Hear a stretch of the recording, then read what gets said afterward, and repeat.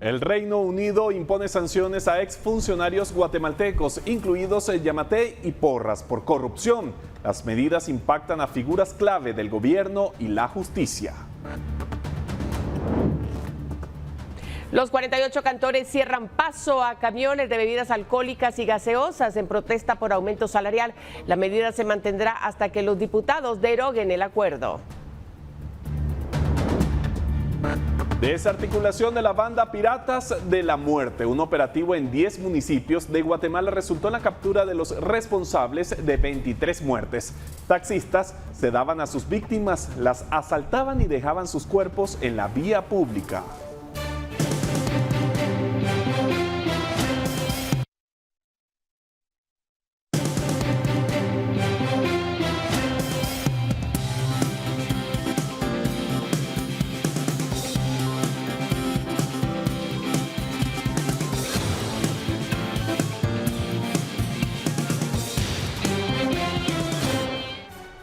Pero cuántas noticias tenemos esta noche para usted. Gracias por acompañarnos a esta hora. Estamos preparados. Alberto, buenas noches. Buenas noches para ti, María Luis, y para todos en casa. Gracias por acompañarnos. Como bien lo mencionaba María Luis, un día cargado de mucha información. Vamos a iniciar de inmediato con un tema internacional, pero de interés guatemalteco. Comenzamos. Claro que sí. Exfuncionarios del gobierno de Guatemala y fiscales del Ministerio Público fueron sancionados por el Reino Unido. Según la disposición internacional, los señalados están involucrados en actos de corrupción. Entre los personajes destaca el expresidente Alejandro Yamatei y la fiscal general Consuelo Porras. Según un reporte del gobierno del Reino Unido, los señalados estaban involucrados en actos de corrupción y antidemocráticos. La sanción establecida por el Reino Unido es parecida a la ley Magnitsky, que prácticamente es una muerte civil que conlleva a congelar todos los activos de quienes han sido involucrados en esta lista. ¿Quiénes son los sancionados? El expresidente Alejandro Yamatei, señalado de aceptar sobornos y garantizar la continuidad de Consuelo Porras como fiscal general a cambio de detener investigaciones anticorrupción. Consuelo Porras, fiscal general del Ministerio Público, acusada de aceptar sobornos, frenar investigaciones anticorrupción y favorecer a la clase política que la nominó en el cargo. Rafael Curruchiche, jefe de la FESI, acusado de corrupción y de obstaculizar el proceso electoral de 2023 y el cambio de mando. Cintia Monterroso, fiscal de la FESI, señalada por actos de impunidad y corrupción. Ángel Pineda, secretario general del MP, acusado de corrupción y de presentar recursos legales infundados contra periodistas, jueces y fiscales. Miguel Martínez, exdirector del desaparecido Centro de Gobierno, vinculado directamente con el expresidente Alejandro Yamatei. Y Melvin Kijivix, exdirector del INDE, acusado de desviar fondos estatales para beneficiar a empresas de sus familiares. Las reacciones no se hicieron esperar. El reciente ataque dirigido contra la autonomía y la independencia del Ministerio Público, al igual que los anteriores, no tiene ningún sustento jurídico internacional por ser una decisión eminentemente política. No cabe duda que el excelente trabajo que he realizado en la institución ha calado tanto que políticamente se me sanciona por el Reino Unido cuando desconocen la realidad de nuestro país. No conozco Europa, no tengo activos en Europa ni en el Reino Unido, así que las sanciones para mí son insignificantes. La Unión Europea y Estados Unidos también han sancionado a estos funcionarios. Para Noticiero Guatevisión reportó Leslie Sánchez. Y miren, luego del caos, este día pobladores de San Vicente Pacaya se incorporaban a sus labores diarias. Sin embargo, aún percibían el ambiente tenso de la noche anterior. Algunos vecinos pasaban por los inmuebles que ocupaba la Policía Nacional Civil y el Ministerio Público, verificando cómo estos quedaron luego de los disturbios. Como responsable del secuestro de la menor de 2 meses, fue capturada Zulma Esther Sánchez, de 41 años, quien fingió estar embarazada para ganarse la confianza de la familia, esto porque la abuela de la menor es comadrona y supuestamente quería que la abuela de la niña le asistiera en el parto. Sin embargo, nunca dejó que la comadrona la revisara. Ahora la familia sospecha que Zulma Sánchez solo buscaba el momento para efectuar el secuestro junto a sus cómplices. Tenía 15 minutos de haber entrado a la vivienda cuando tocó un hombre la puerta encapuchado y a punta de pistola entró a mi mamá hasta donde estaba la bebé. El delincuente agarró a la bebé y él llevaba una mochila y la echó, se puso la mochila en el hombro, salió y en la misma moto de la señora, él se fue con la bebé. Tras el secuestro, la familia de la niña pidió auxilio a vecinos y comunitarios. Lograron que Zulma Sánchez les dijera a dónde llevarían a la menor y fue así como indicó que era una vivienda ubicada en la aldea Los Ríos, en donde efectivamente la encontraron. Y ahí fue donde encontraron a Héctor Monzón, quien se había llevado a la niña en una bolsa, llevándose la motocicleta de Zulma. Este fue puesto a disposición de la PNC. Sin embargo, pasadas algunas horas se dieron los disturbios, pues quería un grupo de vecinos hacer justicia por su cuenta. El pueblo se manifestó porque ya hace varias veces que agarran personas aquí que andan robando, que andan matando y la policía los quita. La policía logró sacar del municipio a los dos implicados del secuestro. A Monzón lo trasladaron al hospital de Escuintla pues presentaba golpes, en tanto que la mujer fue trasladada al juzgado de turno. Tras los disturbios resultó gravemente herido un agente de la PNC identificado como Rudy Cardona, quien falleció debido a la gravedad de las heridas, informó Carlos Paredes. La estructura criminal de taxistas denominada Piratas de la Muerte fue desarticulada este miércoles por medio de allanamientos realizados en 10 municipios del departamento de Guatemala. A la banda criminal se le atribuyen 23 muertes de personas a quienes drogaron, trasladaron en taxis, asaltaron y luego dejaron sus cuerpos tirados en la vía pública. 28 allanamientos en 10 municipios del departamento de Guatemala dan como resultado 12 capturas de una estructura criminal de taxis piratas que se dedicaba a drogar y matar a sus pasajeros. Piratas de la Muerte. Este es el nombre de la banda de taxistas piratas que se daban a sus pasajeros para asaltarlos y este miércoles fueron detenidos. Estos malhechores llegaban a tiendas, analizaban a los pasajeros, a los que luego convertirían en víctimas. Según las pesquisas, se acercaban, ganaban su confianza para ofrecerles bebidas que contenían drogas y así sedarlos. Luego, en el viaje, eran asaltados y por último, abandonados. Las investigaciones detallaron que estos taxistas son los responsables de 23 muertes, pasajeros que ingirieron las bebidas y al final fueron intoxicados. Estos taxistas operaban ganándose la confianza, como usted lo ha manifestado, se acercan a las víctimas, les hablaban y les invitaban a tomar una bebida de la misma clase de las que ellas estaban bebiendo. A esta bebida le introducían una sustancia, un narcótico denominado clonazepam, benzodiazepinas y sus derivados. Esta sustancia lo que hace es inhibir el sistema nervioso central. En combinación con el alcohol, pues causa la muerte. En este operativo, 12 personas fueron detenidas, entre ellas el cabecilla de la estructura y su hijo. La vivienda de ellos se ubica en la Cuarta Avenida y Primera Calle de la colonia Santa Anita, Boca del Monte. En este lugar se hallaron tarjetas de crédito y zapatos de las víctimas. Además, una agente de la Policía Nacional Civil fue capturada por integrar esta estructura y se investiga a uno más que estaría implicado. En los allanamientos fueron confiscados 10 automóviles que usaba la banda para realizar los viajes y cometer los asaltos. Con imágenes de Daniel Samayoa, reportó para Noticiero Guatevisión, Lourdes Arana.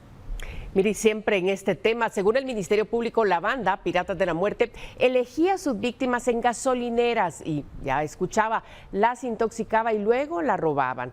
Vea usted cómo después de asaltar y secuestrar a una de sus víctimas, vamos a mostrarle en este video cómo un taxi ronda e identifica un sector de la zona 11 de la capital guatemalteca. El video muestra cuando el taxi se estaciona, deja pasar vehículos y de un momento a otro abandona a una de las víctimas dejándola en el suelo. Vamos a pasar a otro caso, el del crimen de la joven Melissa Palacios. Un juez de Chiquimula seguirá conociendo el expediente luego de que una sala rechazara una recusación que se había planteado en contra de él y otros 2 jueces de aquel departamento.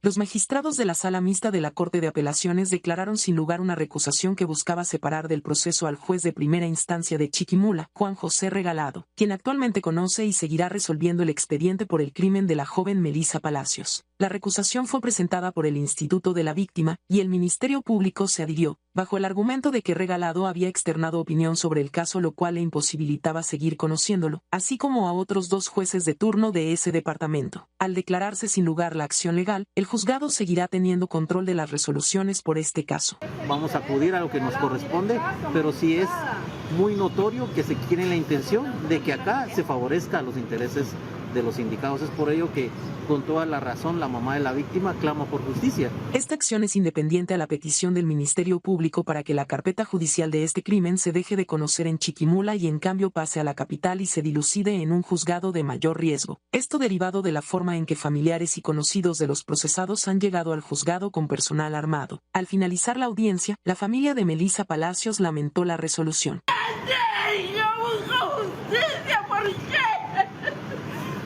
¿Cuánto te pagaron? Como estás acostumbrado a venderte. ¡Dios mío! Si este dolor lo van a sentir también. ¿Por qué no entienden que yo solo quiero justicia por mi hija? Al hoyo vas a parar. Al hoyo. ¿Por qué no entienden? Por Dios, ¿por qué? Melissa Palacios era una joven originaria de Zacapa, quien desapareció el 4 de julio del 2021 y su cadáver fue localizado un día después con señales de violencia. Por este caso, la principal sospechosa es su amiga María Fernanda Bonilla, quien se encuentra procesada, pero aún se debe definir si enfrentará o no juicio por este crimen.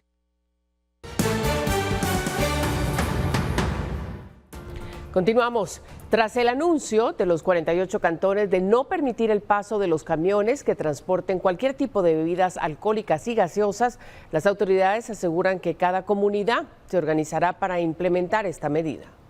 Autoridades de los 48 cantones han emitido una serie de alertas y medidas a tomar debido a que los diputados del Congreso de la República no han derogado de manera definitiva el aumento salarial que se han autorrecetado. Una de las medidas implementadas por los 48 cantones es el no permitir el ingreso de los camiones de bebidas alcohólicas y bebidas carbonatadas, tal como lo dieron a conocer. Por el momento no puede ingresar camiones como de Coca-Cola, Pepsi-Cola, cervecería y licorería, ya que nosotros estamos pidiendo al CACIF que se una en esta lucha, ya que a través de ellos también nos pueden intervenir para poder tener esa solución de esos aumentos que los diputados están haciendo. Pero lo que nosotros no queremos llegar es ser bloqueo, hacer otras medidas drásticas. Las autoridades de los 48 cantones también han señalado que cada comunidad implementará su propia estrategia para evitar que los camiones de este tipo de productos ingresen al municipio y al departamento de Totonicapán. Muy bien, pues nuestro principal requerimiento es que seamos escuchados. Lo que queremos lograr no es la simple suspensión, sino la derogación total de ese aumento salarial. Es lo que todo el pueblo, no solo de Totonicapán, está pidiendo. Yo creo que esto es a nivel nacional, es lo que estamos buscando, la derogación total. Asimismo, las autoridades han asegurado que están en contra de la unificación del NIT al Código Único de Identidad, que es uno también de los requerimientos que han solicitado en esta ocasión. Además, aseguran que de no ser escuchado por los congresistas, tomarán otras medidas. Reportó Lucero Zapalú. Por cierto, ante los anuncios de los 48 cantones, el Ministerio de Gobernación optará por establecer un diálogo con los líderes indígenas, de manera que se puedan garantizar los derechos de los ciudadanos. El ministro prefirió no adelantar acciones a realizar. Activar un tema de diálogo porque efectivamente la prohibición de un producto como los que se señala afecta no solo al que distribuye, sino que también a los consumidores. Es también en la práctica velar un derecho importante, no solo a la distribución de productos, sino que también al consumo de las personas. Nosotros no podemos como primera opción señalar algunas medidas de hecho, o no de hecho, sino que unas medidas o acciones concretas del Ministerio de Gobernación en esta materia hasta que no se agote el diálogo.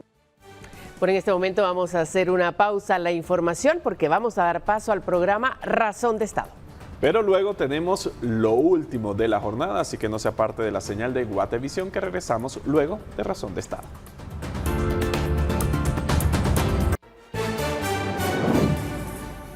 Protestas y bloqueos. Trabajadores de la salud exigen aumento salarial y logran acuerdos con el Ministerio de Salud.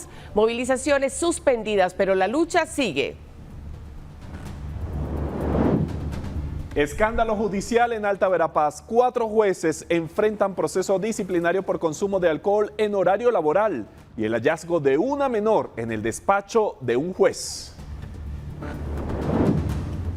Guatemala deberá pagar más de 65 millones de dólares tras fallo internacional en casos de hidroeléctrica en Huehuetenango, impacto fiscal y preocupaciones por la seguridad jurídica.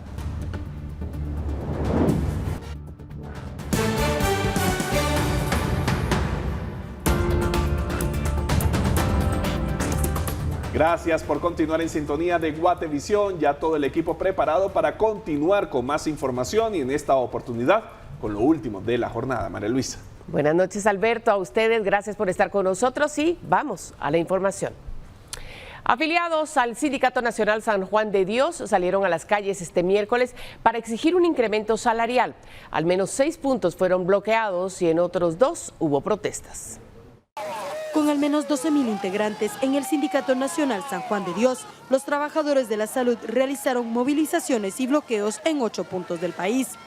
6 bloqueos se registraron en el interior y 2 plantones en la ciudad que fueron levantadas pasadas las 11:30 horas, luego de acuerdos alcanzados con el Ministerio de Salud. Acordaron que su propuesta de un aumento salarial de 2.500 y 2 bonos de 3.000 quetzales para los trabajadores será evaluada y se establecerá una mesa técnica que se llevará a cabo cada mes para analizar sus peticiones. Esto luego que el lunes el Sindicato Nacional de Trabajadores de la Salud afirmara que solo se estaría negociando con ellos, algo con lo que los demás sindicatos no están de acuerdo. El Ministerio de Salud propone un incremento de 1.000 quetzales mensuales para todos los trabajadores de los renglones 011, 021, 022 y 031 y un bono único de 2.000 para los asesores con 029 y contratados bajo el subgrupo 18. Con ello serían al menos 606 millones de quetzales los que se necesitan para responder a dicho aumento. Aquí estamos hablando de una ley constitucional que le da derecho a los trabajadores a hacer de sus propias negociaciones y como sindicato nosotros que fuimos uno de los promotores de este acuerdo tenemos el derecho de exigir que se cumpla y no con lo que está ofreciendo el ministro que aceptó esta organización que no representa al 100% de los trabajadores. El Sindicato Nacional San Juan de Dios había anunciado movilizaciones en más de 15 puntos también para este 3 de abril, con el fin de seguir exigiendo al Ministerio de Salud el cumplimiento del artículo 140 del decreto 36-2024. Sin embargo, tras los compromisos, las previstas para este jueves también se cancelaron. Con imágenes de Byron Baiza, reportó Andrea Domínguez. Y la disputa entre el presidente de la República y la fiscal general continúa su curso. En conferencia de prensa, la jefa del Ministerio Público respondió a declaraciones emitidas por el presidente Arévalo y recomendó al mandatario trabajar. Nunca es tarde. Empiecen a trabajar.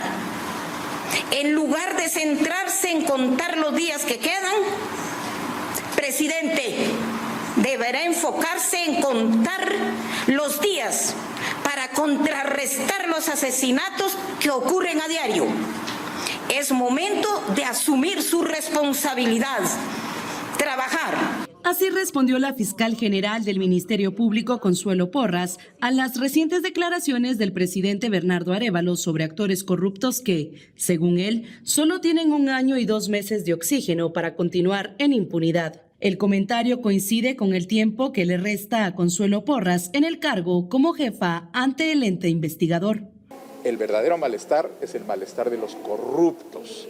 El verdadero malestar es el malestar de los que sienten que les queda 1 año y 2 meses de oxígeno y entonces ahora van a intentar de hacer lo que sea para lograr generar una situación incómoda. Estas declaraciones fueron emitidas en el contexto de las distintas protestas y bloqueos registrados contra el gobierno, que según el Ejecutivo, en algunos casos son utilizados para desestabilizar. La fiscal general reiteró que no importa cuánto tiempo le quede en el cargo, pues considera que la presidencia debería enfocarse en combatir la delincuencia del país. Para Noticiero Guatevisión, reportó Leslie Sánchez. En más noticias, 4 jueces de Alta Verapaz enfrentan un proceso disciplinario por supuestamente utilizar las instalaciones del juzgado para el consumo de bebidas alcohólicas en horario laboral, además del hallazgo de una adolescente en el despacho de un juez. Un proceso disciplinario es lo que enfrentan 4 jueces de Alta Verapaz. Se trata de Walter Fabricio Rosales Hernández, William Arturo Chen, José Alfredo Quiñones y Luis Alejandro Paniagua. A requerimiento de la Corte Suprema de Justicia, la Supervisión General de Tribunales realizó diligencias el 3 y 4 de octubre de 2023. Esto para corroborar varias denuncias, las cuales ahora derivan en una investigación contra los togados. Según las denuncias, los hechos señalados consisten en la ingesta de licor en horario laboral, así como el ingreso de personas ajenas a las judicaturas. Son normas de comportamiento ético relativas a, digamos, puntualmente reuniones que ellos sostenían dentro de las instalaciones del tribunal en horas de labor. En estas reuniones participaban personas ajenas al organismo judicial. Tenemos entendido que son abogados que llegaban a consumir licor. El licor incluso mandaban al personal del tribunal a comprarlo bajo amenazas. Para sorpresa de los supervisores, se encontró a una menor de edad en la oficina de un juez. En ese entonces tenía 15 años. Es que en estas fechas se hizo la investigación preliminar, pero en sí las acciones o omisiones que eran objeto de investigación se venían produciendo desde hacía años atrás. Es decir, ese día se constataron algunas acciones puntualmente en el Tribunal Primero de Sentencia, que fue donde más se logró documentar la circunstancia de que se encontró a una persona de sexo femenino dentro del despacho del juez presidente. Durante la audiencia de este día se tuvo la declaración de agentes de seguridad asignados al Palacio de Justicia de Cobán y abogados presentados como testigos. La audiencia continuará el próximo 12 de mayo. Los magistrados integrantes de la Junta de Disciplina Judicial determinarán si las acciones señaladas encuadran en alguna sanción para los jueces. Con imágenes de Carlos Ochoa, reportó para Noticiero Guatevisión, Elmer Vargas. Y el juicio contra exfuncionarios por el caso TCQ se reinició en un tribunal de mayor riesgo. Fue anulado el año pasado debido a que una jueza asumió como magistrada y dejó de integrar el tribunal. Luego de que el Tribunal de Mayor Riesgo B se ha integrado nuevamente, se han retomado los juicios que fueron suspendidos en octubre de 2024. El tribunal se desintegró luego de que la jueza Elia Perdomo fuera electa como magistrada de la Corte de Apelaciones. Este día se reinició el caso denominado TCQ, donde Gustavo Adolfo Martínez, Lázaro Noé Reyes, Julio Norberto Esquivel, Mario Ruano y el exmagistrado Douglas Charchal enfrentan juicio. Luego de escuchar los alegatos de apertura a juicio por parte del Ministerio Público, los abogados defensores rechazaron la acusación en su contra. También se podrá establecer quiénes son las personas que participaron, que asesoraron y que concretizaron ese contrato, de las cuales mi patrocinado no se encuentra, por 2 razones. Primera, no era su función. Segunda, no era de su interés. Él no tenía ningún interés particular en este contrato. La acusación indica, usted, señor Gustavo Adolfo Martínez Luna, Gustavo Adolfo Martínez, no Luna, Gustavo Adolfo Martínez, dio vida jurídica al usufructo oneroso con el cual se defraudó al Estado. Según la investigación, los exfuncionarios están implicados en la firma de un contrato para lograr un usufructo para la construcción de una terminal de contenedores en Puerto Quetzal, a cambio de supuestos sobornos. Con imágenes de Carlos Ochoa, reportó para Noticiero Guatevisión, Elmer Vargas. Miren, el juicio contra 3 exfiscales del Ministerio Público por el caso Alfa 7 sigue su curso en el Tribunal 10º de Sentencia Penal. Estuardo Campo, Gonzalo Rafael Chilel y Carlos Faustino Pérez son señalados de incumplimiento de deberes. Este día se continuó con el diligenciamiento de pruebas que forman parte de la investigación. Este día se concluyó con la declaración de un perito del INASIF, quien expuso su informe sobre la extracción de información de dispositivos móviles que fueron secuestrados durante unos allanamientos. Dentro del caso, los exfiscales fueron sindicados al reportarse la captura de una persona que no estaba implicada en un caso de tráfico ilícito de personas y estuvo en prisión varios días. El debate continuará el próximo 11 de abril.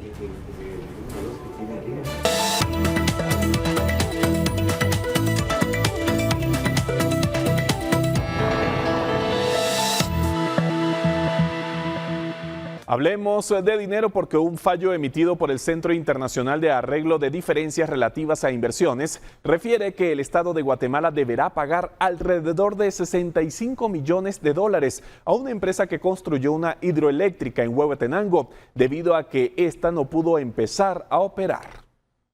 El arbitraje internacional fue planteado por la compañía Energía y Renovación Holding S.A. en el 2021 contra el Estado de Guatemala ante el Centro Internacional de Arreglos de Diferencias Relativas a Inversiones. El CIADI es una institución del Banco Mundial para la resolución de controversias. El laudo o fallo fue emitido por el tribunal el lunes 31 de marzo del 2025 y en este se condena a Guatemala al pago inmediato de una indemnización a Energía y Renovación de $64.504.000.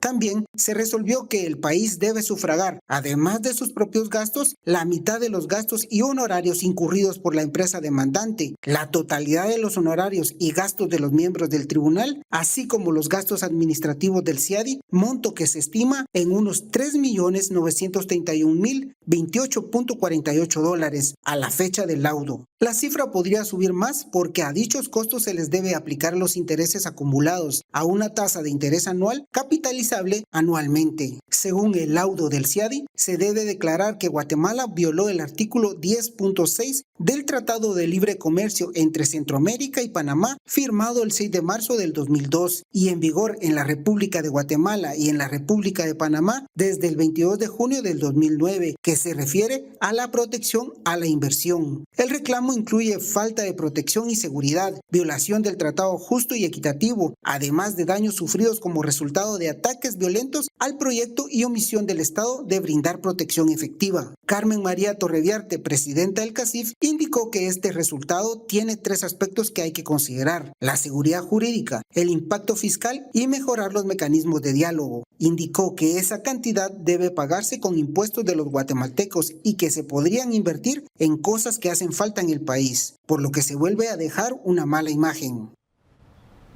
Bueno, siempre en el tema, el secretario de Comunicación Social de la Presidencia se pronunció respecto a la condena internacional. El funcionario dijo que no es la primera vez que a Guatemala se le condena así y el Estado está comprometido a fortalecer las capacidades del país para evitar dichas sanciones. Lo que sé decir es un arbitraje que no inició en este gobierno, es un arbitraje que inició en el gobierno anterior. Guatemala, como parte de los diferentes tratados internacionales comerciales, pues respeta las decisiones del CIADI, que es el Centro Internacional de Resolución de Disputas en materia de arbitrajes de inversión. No tengo conocimiento si ya fueron notificados oficialmente la PGN, vi la nota en Prensa Libre. Claramente no es primera vez que el Estado de Guatemala ha sido condenado en un arbitraje internacional. Y la Superintendencia de Administración Tributaria ha recaudado 25 millones de quetzales en impuestos provenientes del arrendamiento de inmuebles en plataformas como Airbnb, según informa el superintendente interino Armando Pocus. La medida implementada en el año 2024 ha tenido buena respuesta de los propietarios, aunque algunos aún no cumplen con sus obligaciones. La SAT enfatiza que el pago de impuestos es obligatorio cuando se generan ingresos por alquiler. Sin embargo, la legislación actual solo permite cobrar a los propietarios, no a las plataformas. El intendente de recaudación, Eric Echeverría, explicó que se requieren reformas legales para que empresas como Airbnb también contribuyan. Mientras tanto, la SAT prioriza los pagos voluntarios antes de iniciar acciones legales. El objetivo es facilitar el cumplimiento tributario sin necesidad de juicios.